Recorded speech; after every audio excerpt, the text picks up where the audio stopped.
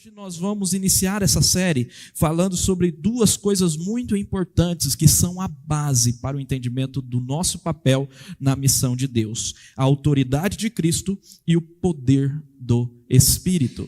E nós vamos meditar em dois textos. Eu sei que na imagem de divulgação da série está ali que essa série é uma série em Atos, mas hoje nós vamos iniciar no livro de Mateus. E depois nós vamos para Atos, capítulo 1, versículo 8. Então, Mateus 28, 18 a 20, e depois Atos 1, 8. A autoridade de Cristo e o poder do Espírito. Mateus 28, 18 a 20 diz assim: Jesus, aproximando-se, falou-lhes, dizendo: toda autoridade me foi dada no céu e na terra. Portanto, vão e façam discípulos de todas as nações, batizando-os em nome do Pai, do Filho e do Espírito Santo, ensinando-os a guardar todas as coisas que tenho ordenado a vocês. E eis que estou com vocês todos os dias, até o fim dos tempos. Atos 1:8 nós lemos assim: mas vocês receberão poder ao descer sobre vocês o Espírito Santo,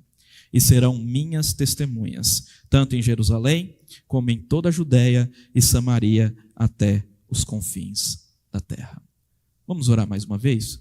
Curva sua cabeça mais uma vez e peça para Deus falar ao seu coração. Fale com Deus, converse com Ele, fala: Senhor, estou aqui para ser usado como um vaso em suas mãos. Se necessita alguma coisa ser transformada em minha vida em relação às coisas que iremos aprender hoje, quebre minha vida e faça de novo. Eu quero ser um vaso novo. Ore, clame.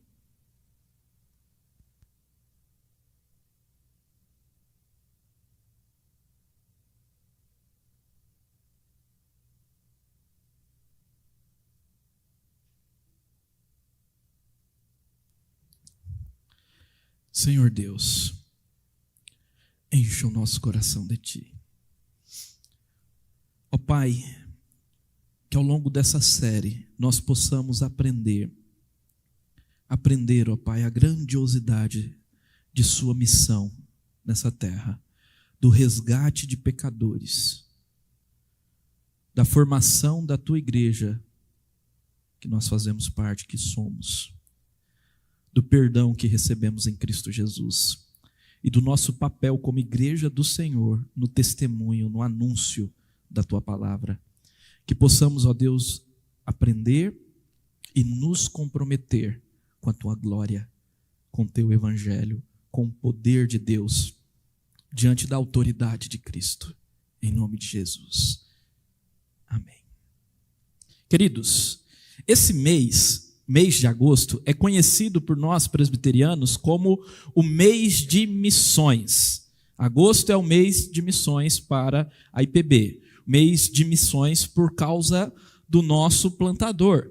Lá em 1859, já tem um tempinho, esse ano completa 165 anos,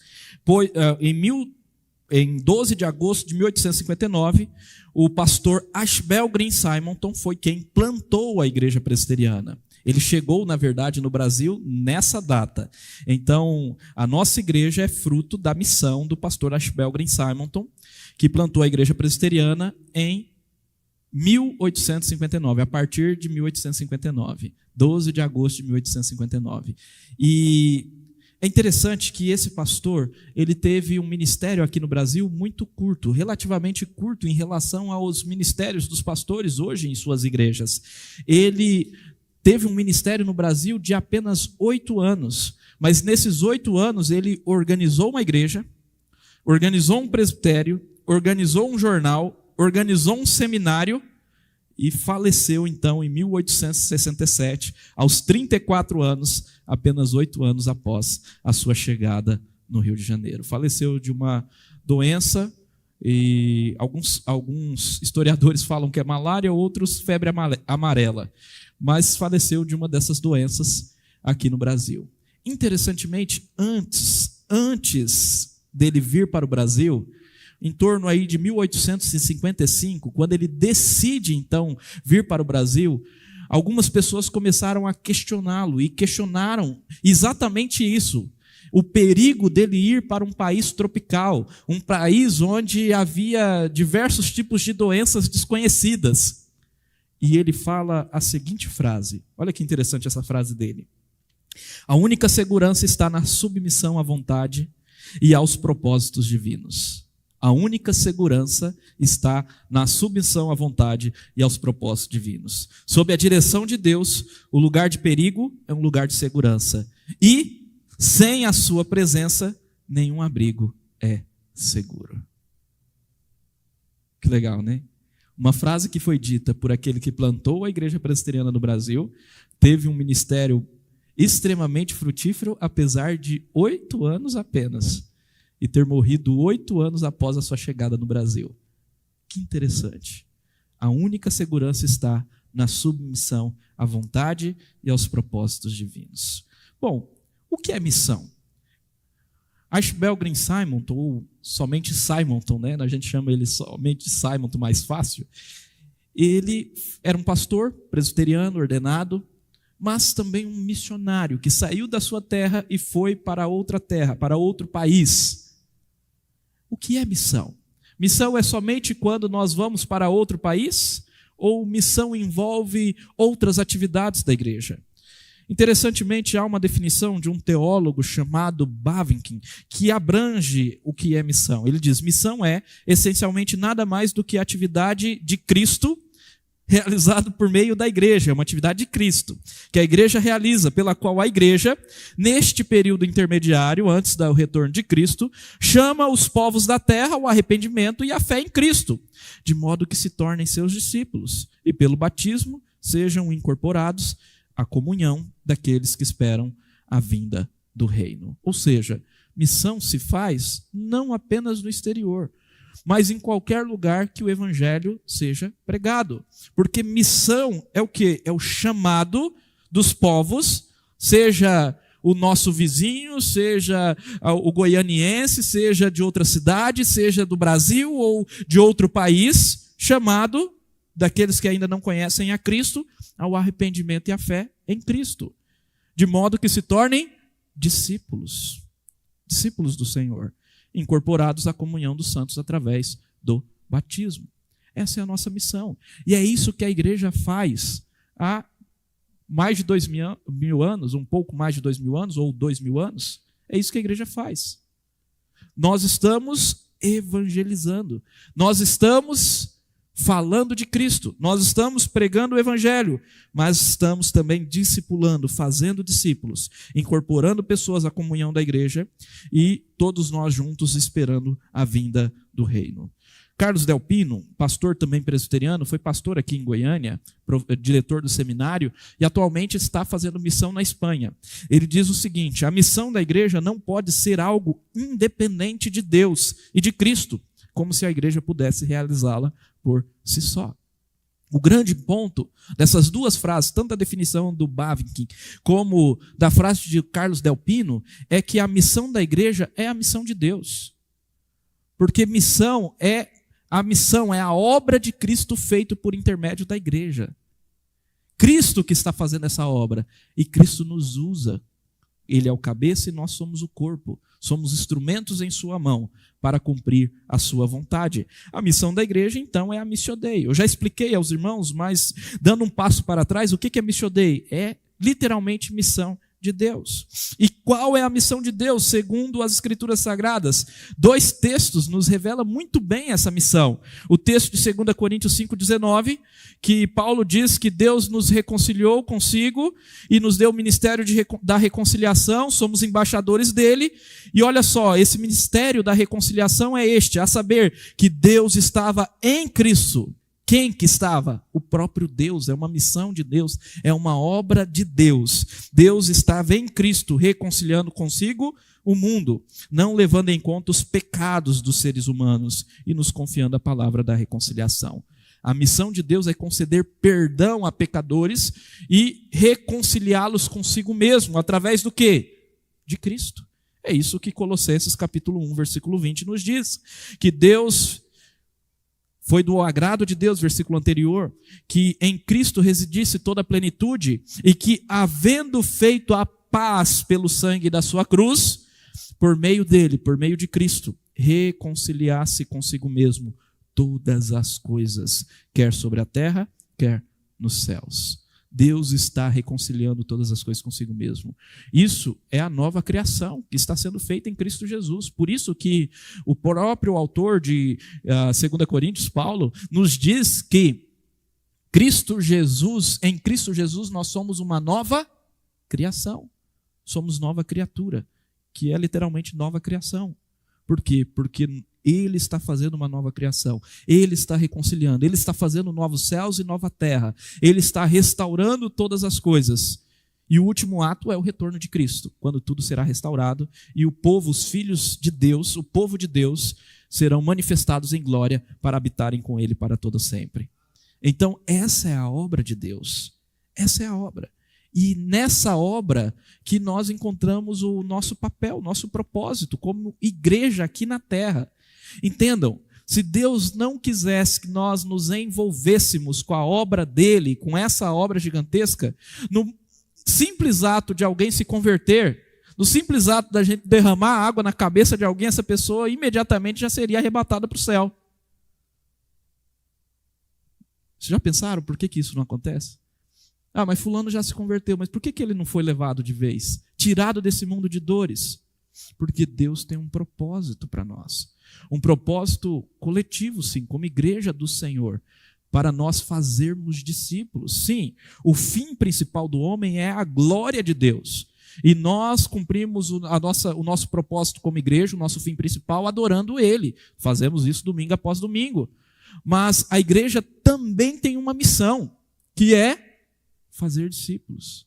E nós glorificamos a Deus quando pregamos o Evangelho e acompanhamos pessoas até o ponto dessas pessoas se tornarem cristãs maduras, bem equipadas, seguidores de Cristo, para fazer isso na vida de outras pessoas. Entenderam? Então, essa é a missão de Deus. Vamos entender um pouquinho o contexto histórico aqui de Mateus 28 e Atos 1. Cristo morreu em nosso lugar, nós sabemos disso. Essa é a mensagem do Evangelho, a mensagem da substituição. Na essência da mensagem do Evangelho está a substituição. Cristo viveu a vida que eu deveria viver e não vivo porque eu sou pecador. E Cristo morreu a morte que eu deveria morrer porque sou pecador, deveria receber a morte como condenação, o inferno. Cristo sofreu o inferno em meu lugar ali na cruz. Substituição. Ele foi o meu substituto, tanto na vida como na morte. E uma vez que ele morreu em nosso lugar, pagando o preço da justiça, ele ressuscitou ao terceiro dia. E nós já vimos esse ano, lá em Romanos capítulo 4, que Deus ter ressuscitado Cristo prova que o sacrifício dele foi aceito. Então, nós temos paz com Deus. Paz mediante a fé. Antes de Cristo subir definitivamente aos céus, o que nós damos nome de ascensão, antes de Jesus ser assunto aos céus, subir definitivamente aos céus, ele apareceu aos seus discípulos. E não foi apenas uma vez que Jesus apareceu aos discípulos. Ao lermos os evangelhos, parece que ele apareceu ali algumas poucas vezes, mas ele continuou aparecendo por 40 dias. 40 dias, foi o seminário foi um intensivo, né? O seminário intensivo. Por 3 anos ele teve com os discípulos e depois por 40 dias ainda reforçando os seus ensinos, consolando, confortando e trazendo algumas coisas que certamente nós temos nas cartas, nas epístolas que os apóstolos escreveram. Então, o nosso Senhor Jesus Cristo passou mais 40 dias ministrando aos discípulos antes de sua ascensão. Mateus 28 está no contexto histórico aí, entre as primeiras aparições de Cristo. Não é a primeira, nós sabemos, mas entre as primeiras aparições de Cristo aos seus discípulos, na qual ele declara a sua autoridade merecida e conquistada na cruz para salvar pecadores a todo mundo. O nosso Senhor Jesus Cristo chega e a primeira coisa que ele diz: toda autoridade me foi dada nos céus e na terra. Eu morri na cruz. Eu tenho autoridade agora para salvar todo pecador, porque eu paguei o preço por eles. Eu os comprei. Então, autoridade merecida e conquistada na cruz para a salvação de pecadores. Já Atos 1:8, nós temos o último momento de Jesus com seus discípulos. Então, nós pegamos um dos primeiros, Mateus 28, 18 a 20, e pegamos o último. O último, porque exatamente aqui em Atos 1, 9 seguintes, nós temos a ascensão. Cristo, então, sendo assunto aos céus, e os anjos anunciando aos discípulos que, da mesma maneira que ele subiu, ele vai voltar repentinamente. Então, nós temos o último momento de Jesus com seus discípulos antes da sua ascensão, onde ele promete à igreja o poder para serem testemunhas ao receberem o Espírito Santo. E ele diz: fiquem em Jerusalém, até que do alto sejam revestidos de poder. E eles vão ficar ali, e Atos 2 nós vamos continuar a exposição. Semana que vem vocês vão ver o que vai acontecer. Então, o que nós temos nesses dois textos? A autoridade de Cristo e o poder do Espírito. E o que isso implica? Quais implicações, ou qual ensino essas duas coisas nos traz em relação à nossa missão como igreja? Hoje eu vou trazer apenas duas implicações para nós.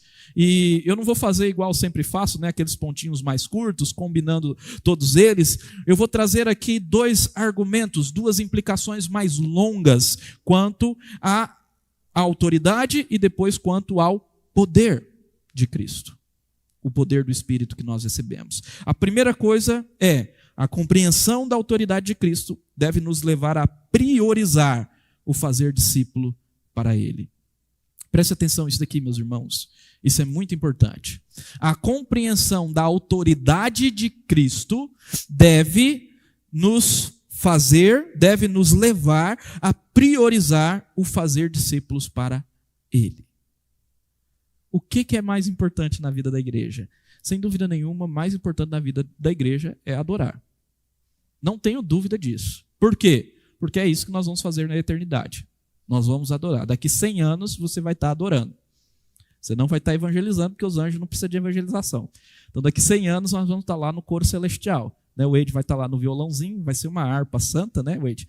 Tocando a harpa, né, e nós cantando e louvando a Deus lá, pela graça dele. Contudo, depois da adoração, a igreja tem uma missão. E uma missão que nós precisamos priorizar. E essa missão é a missão de fazer discípulos. Vocês imaginem o seguinte: imagine que alguém está indo embora. Ou imagine que alguém está no seu último dia de vida e vai trazer o conselho para os seus filhos, o conselho para os seus netos, vai dar a sua última palavra, o seu último ensino. O que essa pessoa vai falar? Com certeza algo de muita importância. Ele vai reservar aquele momento para falar com seus filhos, seus netos, para dizer aquilo que é mais importante para o seu coração. Ou, pelo menos, uma das coisas mais importantes para o seu coração. E é isso que Jesus faz. Antes dele ir ao céu definitivamente, antes dele ser assunto aos céus, ele chega aos seus discípulos e diz: vocês precisam fazer discípulos. Essa é a minha ordem.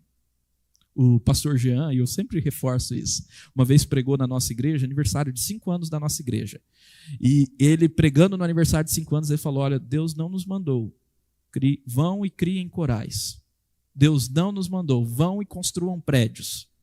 Deus não nos mandou, vão e faça isso, isso e aquilo. Deus nos mandou, vão e façam discípulos. Podemos até construir um prédio, e se Deus quiser, em breve nós teremos um prédio próprio, meus irmãos. Em breve a nova aliança terá a sua sede própria. Mas antes, a nossa missão é fazer discípulos. É trazer pessoas aos pés do nosso Senhor. E por quê? Porque isso tem a ver com a autoridade de Cristo. Ele nos declara, a primeira coisa que nós vemos aqui: toda autoridade me foi dada no céu e na terra. Ele está dizendo: eu paguei um preço para isso daqui, para que pessoas se convertam de todas as nações, para que eu possa ter um povo exclusivo para mim de todas as nações. Eu paguei o preço da minha vida. Eu derrotei Satanás e todas as potestades, todos os demônios na cruz. Eu os humilhei. Eu paguei o preço da justiça de Deus, da condenação do pecado. E por isso eu tenho toda a autoridade para salvar, toda a autoridade que me é por direito, tanto por eu ser Deus, como por ter essa dignidade de ter pago o preço, feito a justiça de Deus. E ele diz: tanto nos céus como na terra. Vocês estão entendendo? Fazer discípulo tem a ver com a grandiosidade da glória de Deus. Por isso que você glorifica a Deus fazendo discípulos. Então, a autoridade de Cristo deve nos fazer, ou nos levar a priorizar o fazer discípulos. Por quê? Porque Ele pagou o preço, e Ele diz, toda autoridade me foi dada nos céus e na terra. Inclusive, se eu tenho toda a autoridade no céu, na terra, inclusive sobre nós, Igreja do Senhor. Por isso, Ele nos manda. E se nós entendemos que é uma ordem, uma ordenança do Senhor, e como cristãos precisamos cumprir as suas ordenanças, se nós guardarmos os mandamentos dele, então, de fato, nós podemos dizer que o amamos. Não é isso que João nos escreve? Somente registrando as palavras do próprio Cristo? Então, nós precisamos obedecê-lo. Jesus diz, façam discípulos de todas as nações. Vocês já sabem, eu já falei várias vezes que a ordem aqui é fazer discípulos. Não é ir, é fazer discípulos. O ir é simplesmente, se levantem daqui e onde vocês estiverem, façam discípulos. Indo por este mundo todo, caminhando, andando, trabalhando, estudando, fazendo qualquer coisa que vocês estiverem fazendo, façam discípulos. A nossa missão é fazer discípulo. Por quê? Porque no final das contas essa é a missão de Cristo. Essa é a missão de Deus. O que mais? Ele nos orienta. Como? Como fazer? Indo, eu já falei, vão e façam discípulos, batizando e ensinando. O batismo aqui é a inclusão dessas pessoas à igreja. Por quê? Porque nós precisamos fazer parte da comunidade da fé. Não é só pregar o evangelho para um desconhecido na rua e simplesmente esquecer dele e não atrair para uma comunidade da fé. Não! Fazer discípulos é ajuntar. É ajuntar o povo de Deus, é trazê-los para próximo, é colocar no mesmo rebanho, e o batismo tem a ver com isso. O batismo é aquele sinal, o selo da inclusão de uma pessoa no corpo, é quando essa pessoa confessa publicamente, eu pertenço a Cristo e eu faço parte dessa igreja local, batizando, mas também ensinando todas as coisas. Não é só dizer o evangelho em poucos minutos e depois deixa. Não, é ensinando. Continue a ensinar. Por exemplo, uma das primeiras coisas que um novo convertido deve aprender, sabe o que é? Orar e ler a Bíblia. Pergunta, você já ensinou alguém a orar e ler a Bíblia? Você já acompanhou alguém orando e lendo a Bíblia com ele?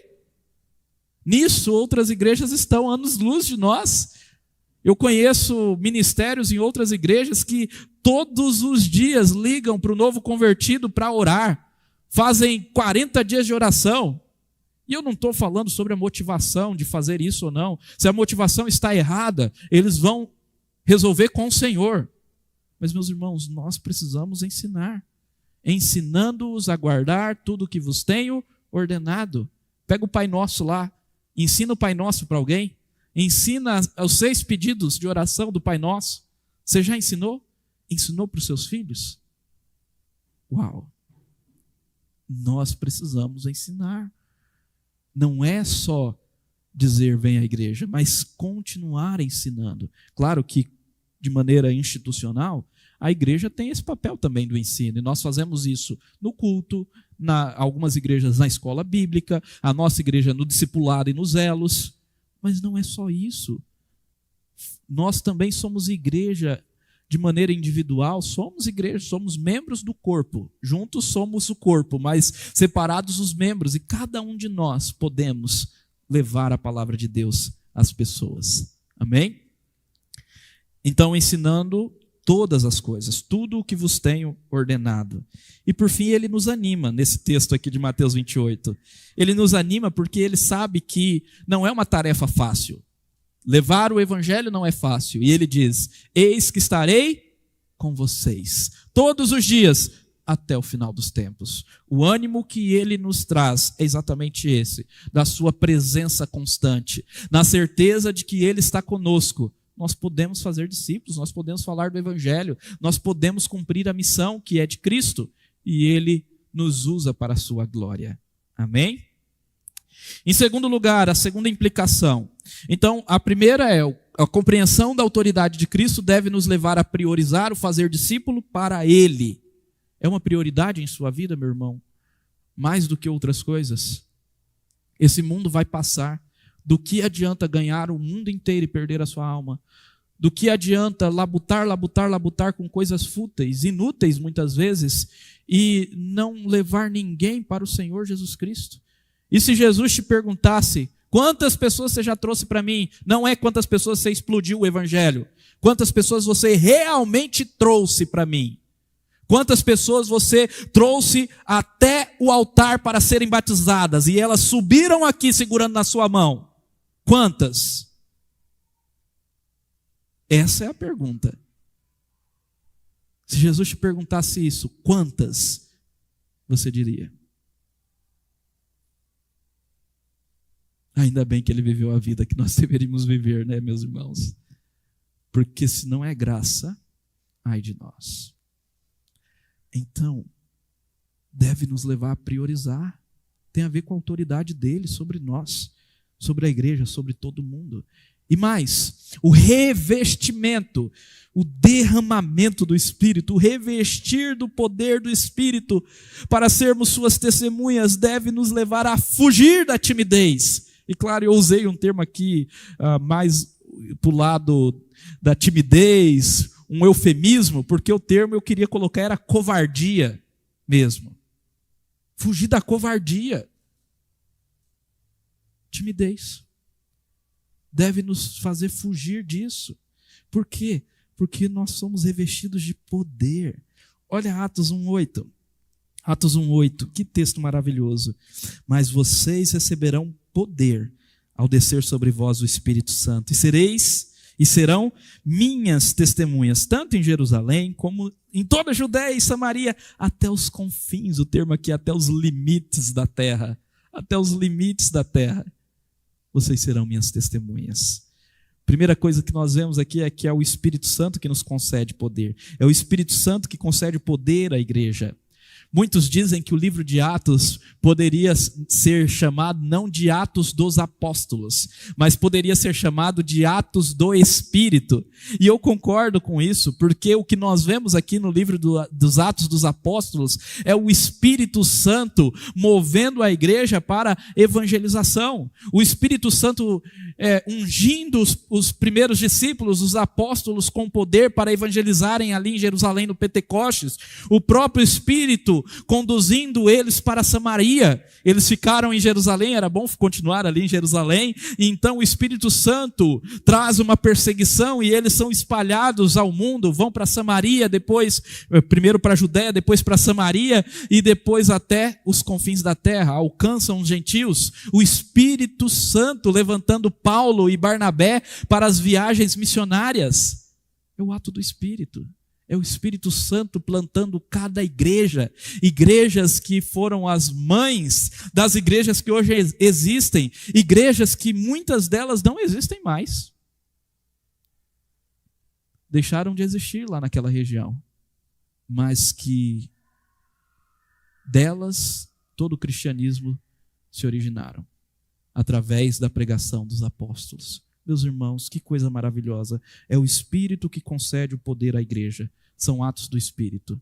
Então, se nós queremos ser uma igreja missionária, se nós queremos cumprir a missão de Deus, o que nós precisamos? Do Espírito Santo. Nós precisamos de oração. Buscá-lo em oração. Buscá-lo na leitura da palavra. Buscá-lo na comunhão. Buscá-lo no serviço.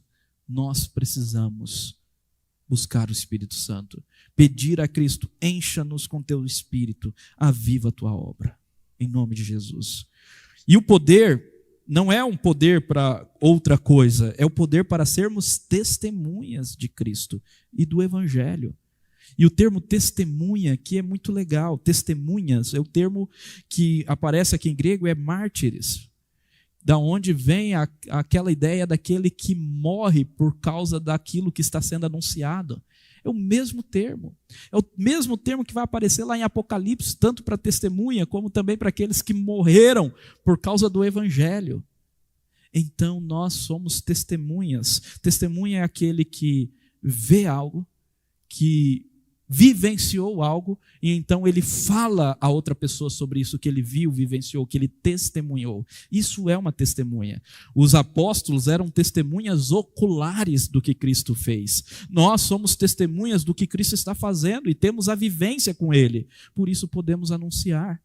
O que é interessante é que antes de anunciar teorias e mais teorias, teologia densa, não que você não possa estudar teologia, antes de anunciar essas coisas, você pode anunciar aquilo que Cristo fez na sua vida. Como que você se converteu?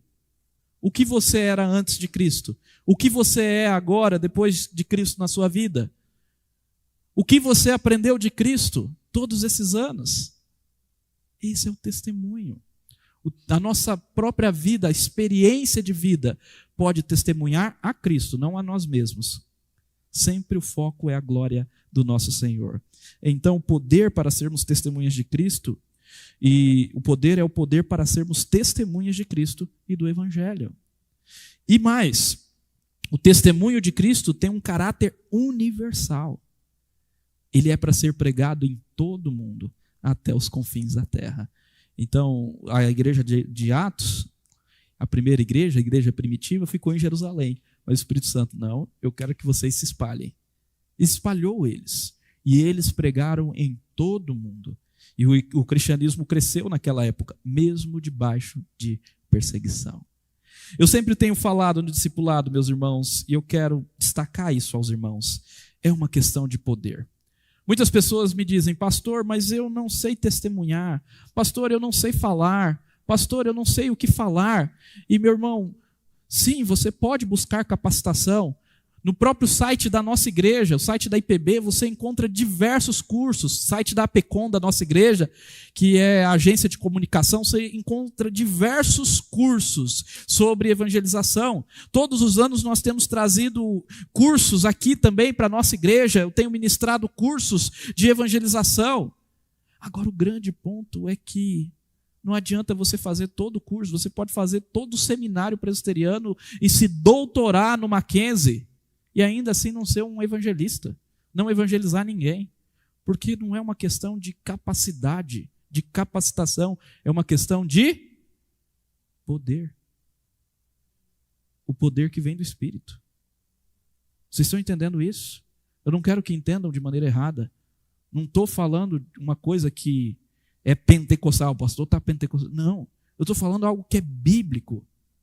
Mas receberão poder ao descer sobre vós o Espírito Santo. Quer ver? Atos 4:31. Tendo eles orado, olha o papel da oração, tremeu o lugar onde estavam reunidos e todos ficaram cheios do Espírito e com ousadia, com poder, anunciavam a palavra de Deus. Romanos 1:16, Paulo nos diz, eu não me envergonho do Evangelho, porque é o poder de Deus para a salvação de todo aquele que crê, primeiro do judeu e também do grego. Apocalipse 12:11 fala sobre aqueles que venceram o dragão, que venceram Satanás, nós, igreja do Senhor. E o texto nos diz, eles o venceram por causa do sangue do Cordeiro. Foi o sangue, por causa do que Cristo fez, da obra de Cristo, e por causa da palavra do testemunho, mártires, que deram. E mesmo diante da morte, não amaram a própria vida. O poder faz com que nós não sejamos covardes. O poder de Deus faz com que nós não sejamos tímidos. Ok? Quero concluir, meus irmãos, dizendo o seguinte, que a autoridade de Cristo e o poder do Espírito revelam a dignidade do Cordeiro no cumprimento da missão de Deus. Vamos voltar para Apocalipse? Apocalipse é lindíssimo. Os irmãos sabem o tanto que gosto de Apocalipse.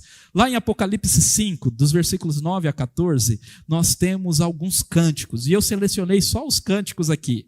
Olhem só.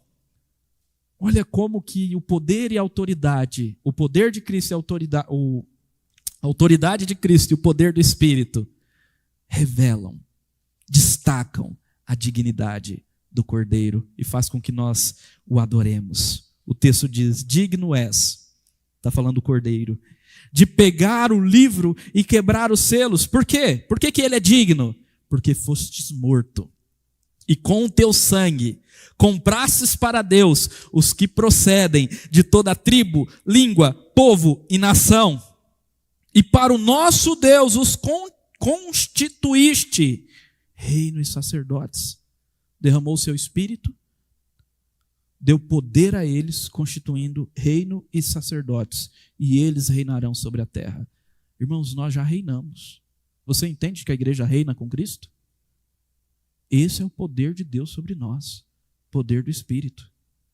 Digno é o Cordeiro, que foi morto por causa da sua morte, por causa da sua obra, porque com seu sangue ele comprou um povo para Deus de todas as nações. Então ele é digno. A sua autoridade, o seu poder faz com que ele seja digno, digno de toda a honra e toda a glória.